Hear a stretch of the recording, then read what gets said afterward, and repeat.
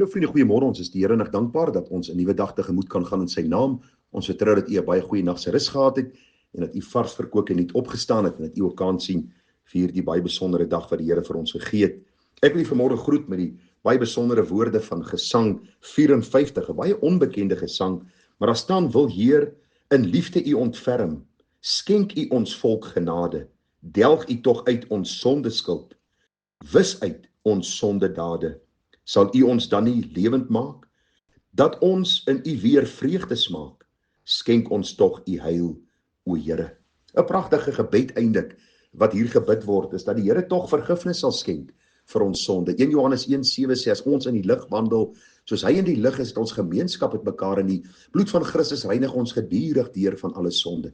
En ag vriende, mag u en ek as kinders van die Here gedurig deur by die kruis van Golgotha kom buig, en deur die geloof ons oop vestig op die lam van God wat geslag is, en dat ons op hierdie genadeweg na die troon van genade sal nader, en ook sal vra: Here, vergewe my, help my, leer my, vul my, sodat ek heilig en sonder gebrek voor u kan lewe. Ons gaan vanmôre aangaan met ons gedagte uit 1 Samuel 3, gister bietjie gepraat oor die gedagte, God is nie 'n lamsak nie, vir u gesê dat die Here die oordeel sal bring, hy die oordeel oor Eli en sy 2 seuns gebring. U kan maar gaan lees in die volgende hoofstuk waar die oorlog gekom het, en die 2 seuns, Hofnis en Pinjas, het gesterwe.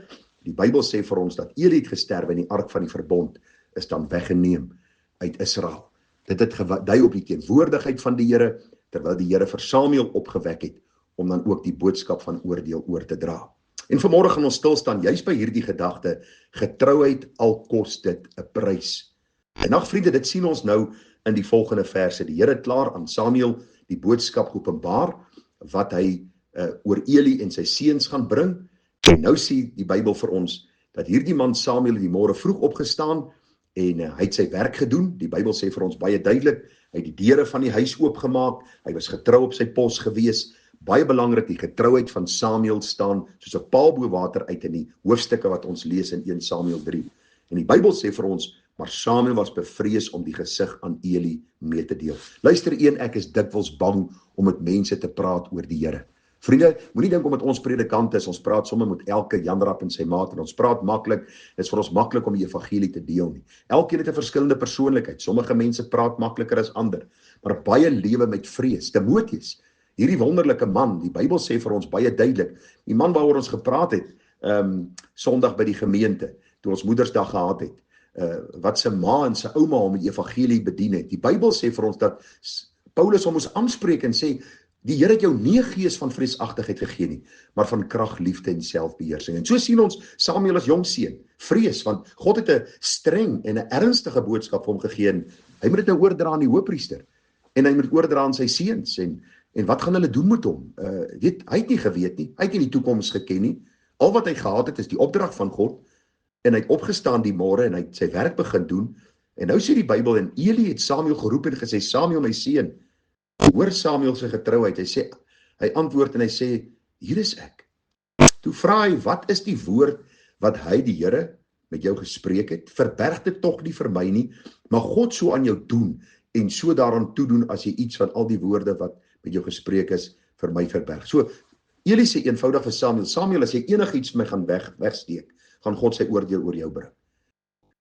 Hierdie gedagte van mag God so aan jou doen en so daaraan toedoen. So as jy nie vir my gaan sê wat God gesê het nie, mag God die oordeel oor jou bring.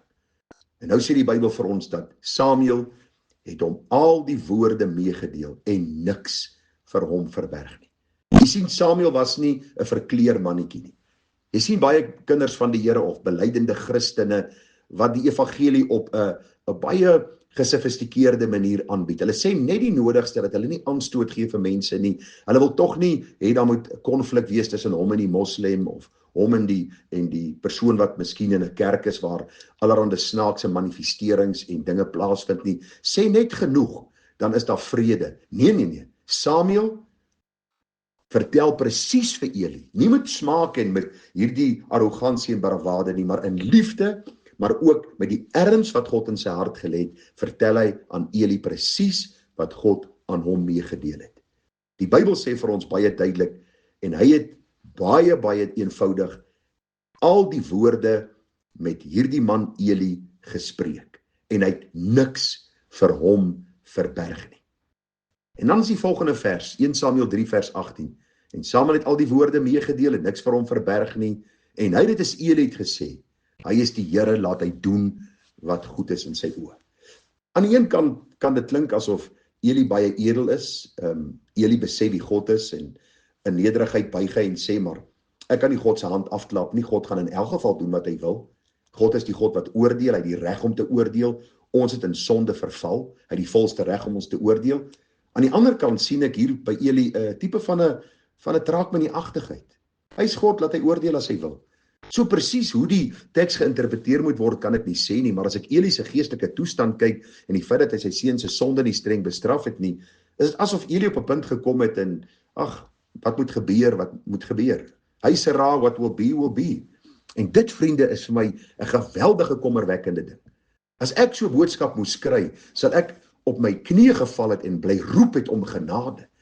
Want sê die Bybel nie vir ons baie duidelik, toe Jona na die Nineviete gegaan het hy gesê, Here, ek weet U is 'n genadige en 'n barmhartige God nie. In hierdie geval sien ons dat Eli gesê het, maar laat die Here dan doen wat goed is in sy oë. En nou vers 19, en Samuel het groot geword, en die Here was met hom, en hy het nie een van al sy woorde onvervuld laat bly nie. So die Here was met Samuel, die Here se seun het van Eli en sy seuns gewyk, God se oordeel het oor hulle gekom, presies wat God aan Samuel geopenbaar het gebeur, en Samuel se vertroue en sy geloof groei in God. Vriende, as u en ek in die Bybel lees, dan sien ons dat God is 'n waarmaker van sy woord. Dit moet geloof in ons harte bewerk. Een man het eendag gesê, ek glo die Bybel van die voorblad tot die laaste blad. Hy sê, want God het dit gesê. Ons verstaan miskien nie altyd die detail van alles nie, maar die Bybel is 'n betroubare bron van waarheid wat God aan ons geopenbaar het, wat ons kan glo omdat hy die outeur van die Bybel is. Samuel se geloof groei in die Here, omdat hy sien hoe God iets sê, en hy vervul dit presies soos hy dit in sy woord vir ons openbaar.